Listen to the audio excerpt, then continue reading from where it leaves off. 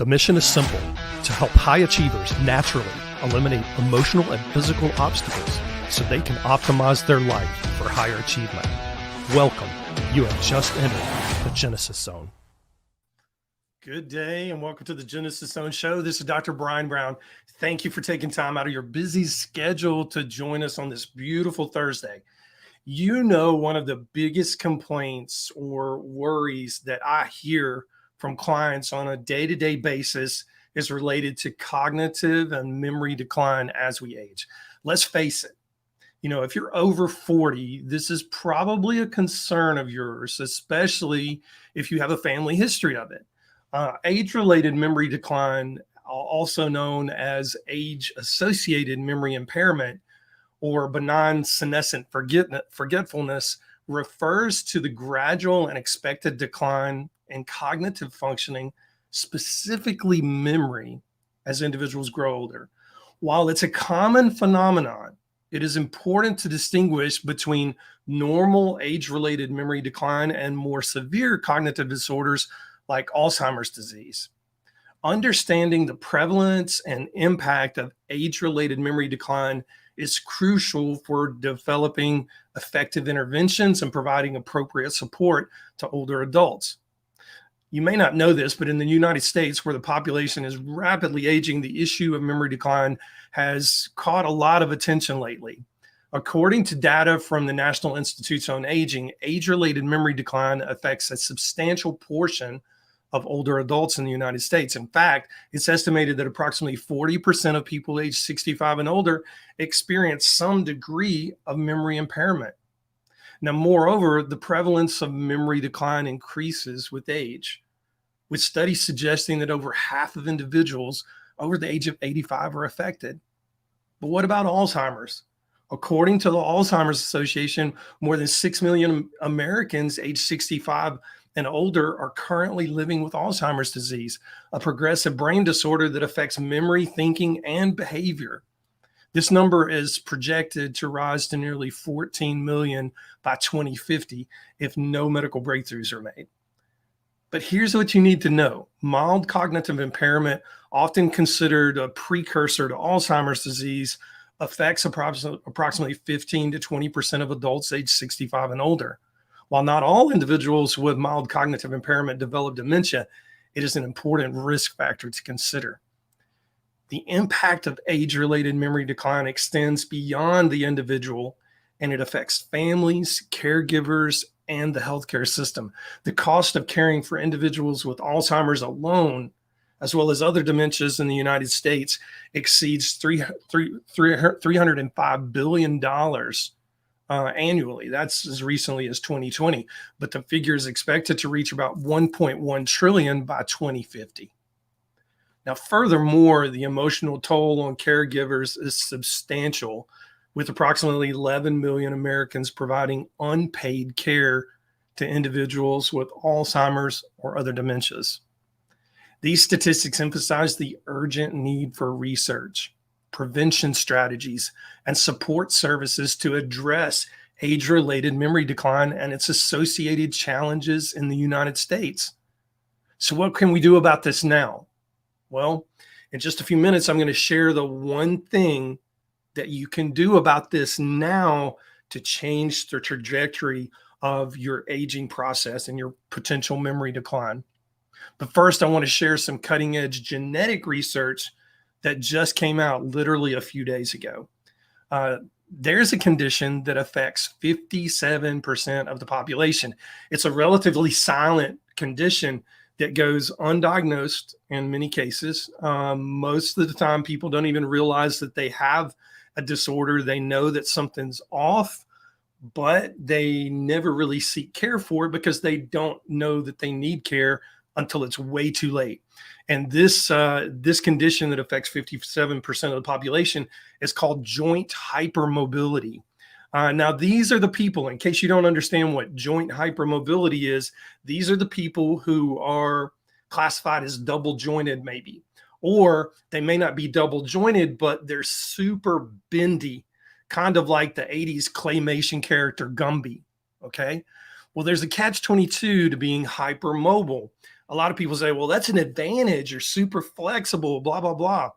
But it's not necessarily an advantage most of the time. Most people who live with this are less prone to fractures, sure, but they're more prone to orthopedic injuries in the cartilage, ligament, and tendon areas over time.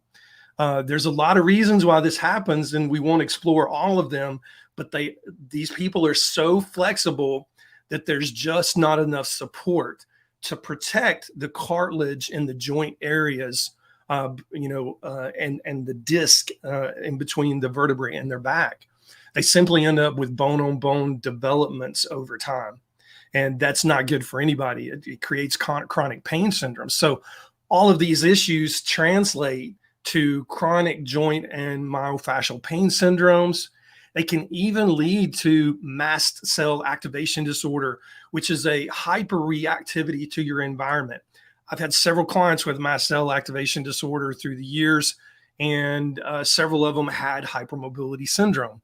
Mast cell activation disorder can manifest in very strange ways. For example, you can literally be allergic to exercise. And I'm not talking about going to the gym type of exercise. I'm talking about walking at a brisk rate from your parking lot, your car in the parking lot, into a store. That can sometimes send them to the hospital because they have an anaphylactic response, a fulminant, inflammatory response in their body. So people with hypermobility syndromes, especially Ehlers-Danlos, are prone to this mast cell activation disorder. They're also prone to POTS, okay? That's postural orthostatic tachycardia syndrome. This is where all of a sudden your heart rate changes drastically, and it causes a blood pressure shift, and a lot of times you pass out. POTS and mast cell activation disorder go hand in hand a lot of times. See the syndrome here? And of course, there's psychological strain of having to deal with these issues over the course of your entire life.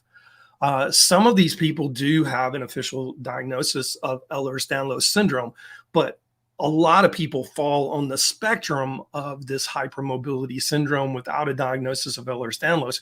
It really takes a genetic swab to actually check and see whether or not a person has this.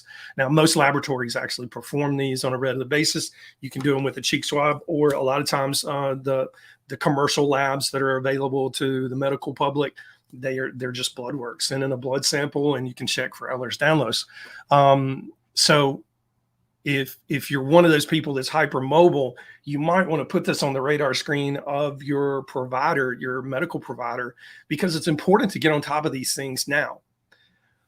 Researchers at Tulane University just discovered that poor methylation is linked to nearly all hypermobility syndromes.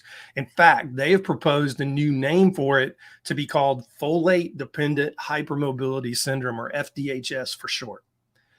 The short of it is this: for the first time in a very long time, there may be help for people with hypermobility syndromes of all types, simply by correcting the methylation deficiency, the genetic deficiency. How do we do this? Well, we obtain a simple cheek swab. We check the 5 phases of methylation, of the methylation pathway.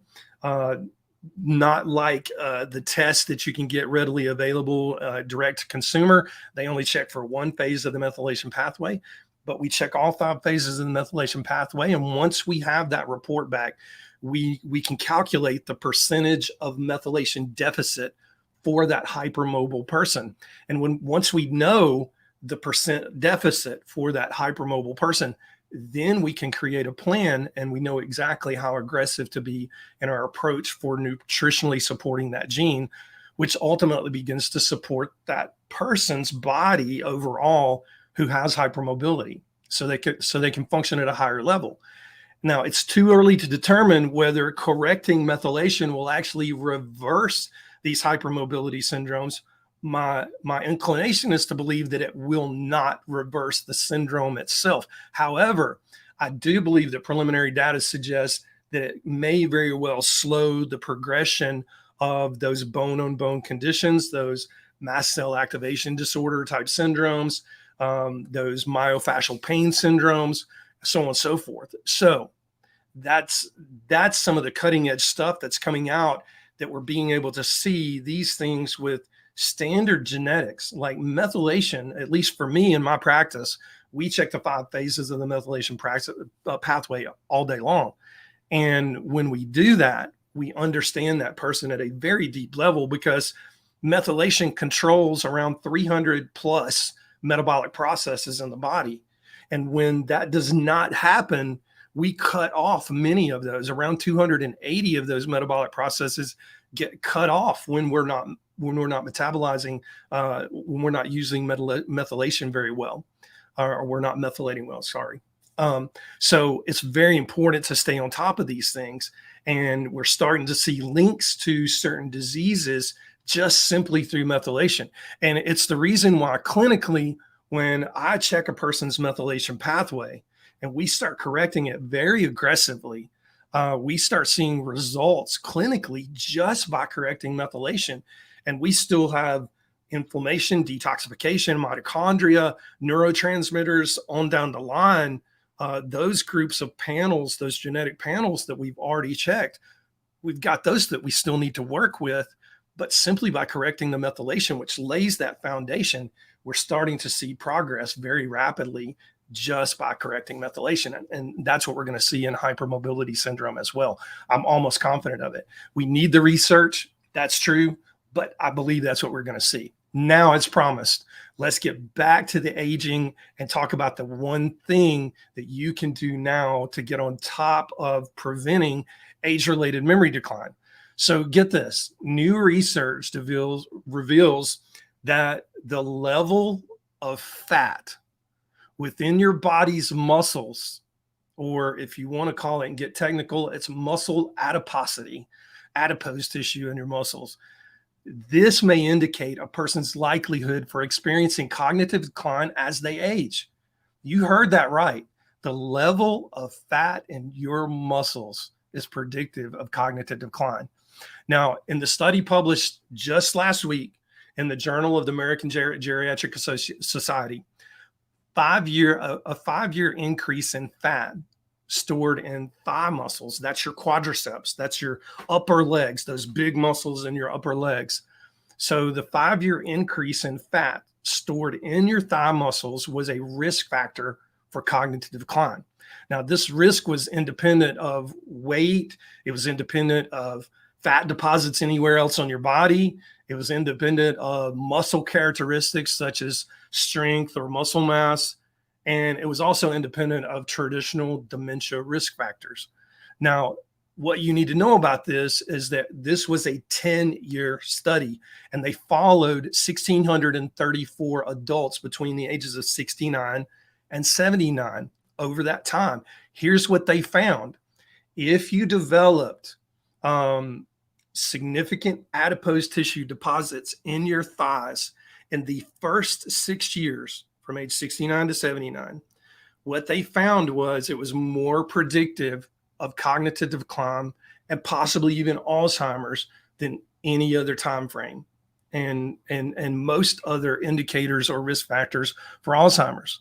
So we go back to all those studies that we've talked about here on the podcast, where we talk about the importance of exercise and movement, especially as something as simple as walking, which guess what that does?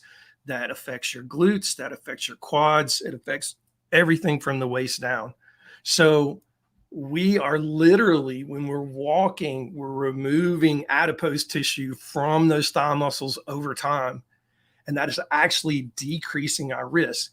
Now, why is this correlation here? Why is fat distribution within the larger muscle groups more predictive of cognitive decline? We're not really sure, but I think if you look at some other independent data, taking a look at fat distribution throughout the body and what that does to a person's health, fat distribution throughout the muscles in the body, where we're laying down more fat than we should be, actually creates a higher inflammatory state, and it disrupts detoxification pathways. So what will end up happening is, I think we're going to find this through these studies as we're starting to identify that, okay, specifically fat deposition in the quadriceps and the thighs is very predictive of cognitive decline, then we're going to find that those people who exercise more, they keep their glycogen stores and their fat stores within their muscle depleted. I'm not talking about fat stores outside of muscle. I'm talking about fat stores inside muscle, okay? That these people that store fat within the muscle at a higher rate, they tend to be more metabolically compromised, okay? So they not only have inflammatory and detoxification issues, but they have metabolic issues. Now, which came first, the chicken or the egg? We really don't know. But the key here and the key takeaway is there's one thing that you can do right now is start moving. Get up from behind your desk, stop sitting in the chair, get a standing desk like I have here, stand more frequently. You're going to burn more calories, move more frequently. If you have stairs where you live or where you work, every hour, take a jog up and down the stairs a couple of times and then come back and resume what you were doing. Make sure that you're purposefully exercising 5 to 6 days a week. I know that sounds like a lot, but it doesn't take much to put on a pair of sneakers and hit the road and get out there and start walking or running or sprinting. I highly recommend sprinting. It's less wear and tear on your joints. It's a little more wear and tear than, say, walking in general. But if you don't want to run for fear of messing up your knees and your ankles, then you can definitely sprint. So what that looks like is, according to Phil Campbell, who created the Sprint 8 routine, we're gonna warm up for about 3 minutes. So that's just a regular pace walk. And then if you so desire to sprint, then for 30 seconds, sprint. So you go up to a jogging pace. If you want to go into a full run, you can, but I don't even recommend that you have to do that in the beginning, and probably shouldn't do that in the beginning. Just go up to a jogging pace where it's faster than your walk. Do that for 30 seconds and then back down for a minute and a half. And a minute and a half, you're at a regular walking pace. And then 30 seconds again, you repeat that process. You're back up at a jogging pace and then back down a minute and a half. You do that 8 times. That's why they call it Sprint 8. Phil Campbell created this. He's worked with major professional athletes and Olympians, and this system works. What they've also shown is that it burns fat calories for 72 hours after you do that exercise. Now, does that mean you need to wait 72 hours between exercise regimens? No, not at all. We want this to be a logarithmic response in calorie burn, creating an increase in metabolism, which improves your insulin regulation, your glucose regulation, and stops you from laying down fat within your muscles. This is key. So if the only thing you take away from this is that you need to move, then I have done my job. You must move. And the earlier you start this process, the better it's going to be for you when you hit that 65 and older age range. Because if you look at the number one reason why people 65 and older die, typically related to frailty. Okay. So, and frailty in general can encompass many things, but frailty in general, meaning your joints and your ligaments and your tendons and your muscles just aren't strong enough to support you. And I'm talking about, aside from a hypermobility Ehlers-Danlos type of scenario like we discussed previously, I'm talking about simply from lack of use. You become more frail over time. If you fall and you're a female and you're 65 and older, you're 5 times more likely to die within a 5-year period after that fall. If you're a male age 65 and older and fall and break something, then you're 5 times more likely to be debilitated and in a nursing facility the rest of your life. So nobody wants that. And when we have those injuries, the research shows cognitive decline accelerates. So if we can avoid frailty by moving, and we can avoid dementias and cognitive decline by moving, it sounds like movement is a really good idea. In fact, if you look at the physics, the sheer mechanics of this human body, we were meant to move. We weren't meant to sit behind desks. We were meant to move. We were meant to pick up heavy objects, put them back down, and repeat over and over. We were meant to walk. We were meant to run. So keep these things in mind. If you've not done these things in a long time, you do need to talk to your primary care provider and get clearance to make sure that cardiovascular wise, joint wise, you're ready to go with that. If it's something that you're cleared to do, but because of your joints, you can't necessarily do a walk, a run, a jog, whatever, then join a gym that has a swimming pool and start aqua aerobics. You can take the pressure off the joints and still move and still burn calories. You just got to be creative about it. So get out there, get moving. It's critical for your long-term memory protection, your cognitive protection, to do that. That's all I've got today. If I can be of any assistance to you, answer any questions that you might have, feel free to reach out to me on Instagram, LinkedIn, or Facebook at Dr. Brian G. Brown. I'll be glad to answer any questions that you have. And for those that are self-starters and love to do things on their own, so to speak, I just popped up the URL on the screen, drbriangbrown.com/gene-hack/bootcamp. You can enroll in my free bootcamp and start beginning to understand the importance of genetics. And from that bootcamp, there'll be a few little simple exercises that you can do to determine what area of genetics you probably need to focus on first. So it's a really, really cool little boot camp, a little course that I put together. It's totally free. Feel free to download that and start that anytime. And if you have any questions about that, again, feel free to reach out to me at Dr. Brian G. Brown on Instagram, Facebook, or LinkedIn. That's all I've got for today. Stay in the zone. This is Dr. Brian Brown signing off.